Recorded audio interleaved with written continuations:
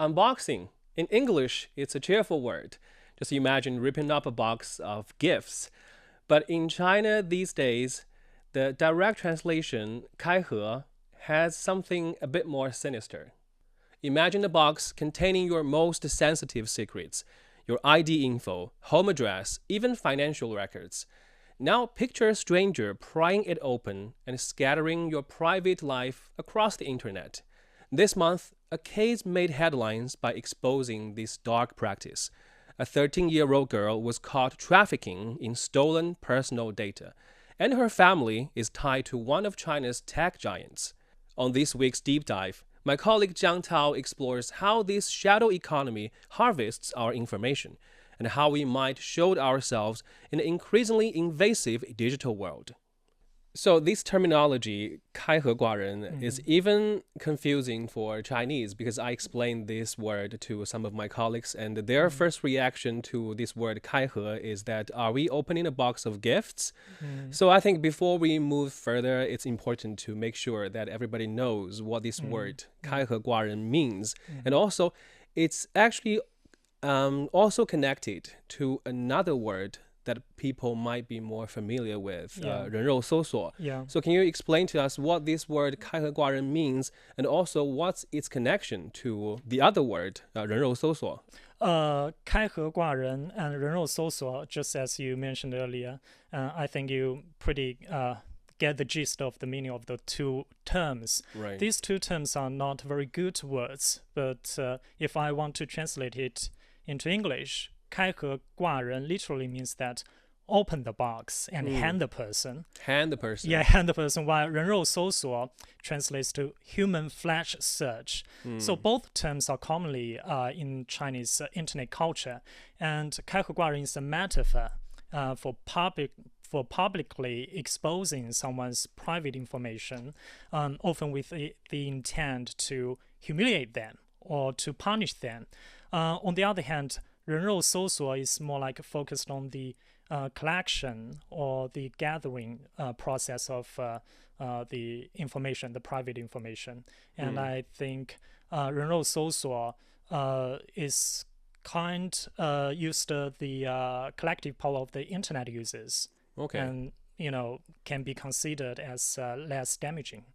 So, because I know in English, there's a kind of like equivalent or a similar word called doxing, also in the Western internet culture, which is used for people that kind of illegally dig up others' information and expose them online. So is there some connection? Can we say like doxing is the English translation for 开合寡人? Yeah, I suppose, because doxing share a lot of similarities, but there is a slightly difference. Doxing is a broad term used globally and referring to the act of revealing someone's private information to cause harm, to distress the individual. And 开合寡人, however, is more focused on exposing someone's private information or their wrongdoings in a very public manner. So it may not always about revealing personal information for harassment, but more about publicly shaming or punishing the person. However, in practice, it also leads to some bad consequences like online harassment, and even people would attacked in real life because they can get their real address information and even their workplace information. And there are so many cases are very popular in China. It's rampant. I mean, the phenomenon is rampant. Right. I'm sure the first time I've heard about these illegal searches on people's real life information, the first case of such an incident must be a very long time ago. And now, after we have made sure that everybody is on the same page on this terminology, 开合寡人, let's go through what happened this time in this case. So this 13-year-old girl, she has illegally exposed people's personal information online. And I'm sure this is not the first time we have heard such a case taking place. Yeah, so the question is why there is such huge attention on this case for this time? Well, actually, as I mentioned earlier, this phenomenon is rampant. And why this girl stands out is because she's the daughter of Baidu's vice president. Okay, one Yeah. of China's biggest tech giants. Yeah, so it raised many suspicions involved around this case. So this case is a recent example of the online of 开河挂人. It is derives from online argument between fans of different celebrities, and this Okay. girl is one of the fans of a celebrity. And fans from both sides use this method, 开河挂人, to attack each other. So they searched their private information, for instance, their names, jobs, and very sensitive data, and posted it online. And the girl also, exposed her opponent's information, and this have raised the suspicion maybe she have accessed the big tech firm's database. Baidu, in this case. Particularly in this case. And ironically, the girl who exposed the information also, was doxed back in return. So she doxed her rivalry's Yeah. information, and In but return, ironically, she's also doxed people back. also found out her background, family background. That's how people found out she's the daughter of one of China's biggest tech giants, Baidu. Yeah, and later Baidu responded by confirming that the exposed information did not originate from their platform, and the internal data handling was strictly separated, to prevent such breaches. Right. So they have protection, making the internal information anonymous. Very strict surveillance on the data. So if the girl, the daughter of the vice president of Baidu, if she didn't get if she didn't dox her rivalry based on the information from her father's company, then how did she get those information? Because I'm sure I can't just look it up on Google and people then they just also, pop out. Arguing about the result, why she has obtained such information. And from the individual's perspective, I mean, just the girl announced that she obtained the information from a blackmail market. And that organization is known as Social Engineering Database. This database is like a reservoir of personal information, acquired through illegal methods, some deceptive means. So there's a database that stores people's stored information, but and illegally. Yeah, it is very huge database and gathered people's information from all around the world. And many people have even utilized the Telegram to get in touch with the database. And even Telegram again? Yeah, Telegram. Even used cryptocurrency to make the deal how to track. Yeah, so it's very hard to find whether they, obtain the information from the database or not. And the database includes all kinds of information, like, for instance, your ID cards number and your phone number. Your I know you're a gamer, right? Yeah, I'm a gamer. And even your game accounts can be stealed from the database. Okay. And there is a vast market for this database. And some people can just pay, for instance, $8 for your phone number. And $8 for phone number. And sometimes they can, for more sensitive data, they can pay up to 2,000 yuan. That is roughly like several $100. Okay, for that your makes sense. home address. Yeah, the more difficult it is to retrieve such data, then the more expensive the database will sell it for. Yeah, and I think the market is shockingly large because people has the constant urge to want to get such information. Yeah, but is it like all doxers, like people like in this case the 13-year-old girl that go look up the information like this? Are there other people that use this information? Yeah, well, actually, there are different cases around the world, but I would like to talk more about things happening in China. And there are several, a group of people are easily to fall victim to such behavior. Yeah, but so how severe is this problem in China of the doxing culture, the doxing, even doxing economy? Well, it is quite common, I have to say. Because recently I just read a news report say that a young kid used 开河挂人 to attack a pregnant woman because the woman say something bad about the celebrity, a celebrity, because the kid is one of the fans of the celebrity, and the kid sent abusive messages to all her family, and that is, very popular nowadays in China. And there are certain groups I want to point it out because I want to let you understand the general picture happening in China. One particular group is the celebrities, because they are, under the spotlight. Right. Yeah, and if they conduct some controversial behaviors, such as changing their nationality while still making money domestically, that definitely will stir some public outrage, and people would, just conduct such behavior to take advantage. I wouldn't be surprised if the celebrities are the most vulnerable group, because even if you don't dox them, I think their information may already be very available, and accessible. even for fans. Yeah, might be very easily accessible already for the celebrities. And I want to talk about another group, is that some bullies and abusers, because despite their actions of causing public outrage, they are not subject to the legal penalties, and people would just, under the guise of so-called people's justice, to to expose their privacy data online and try to let others to punish them.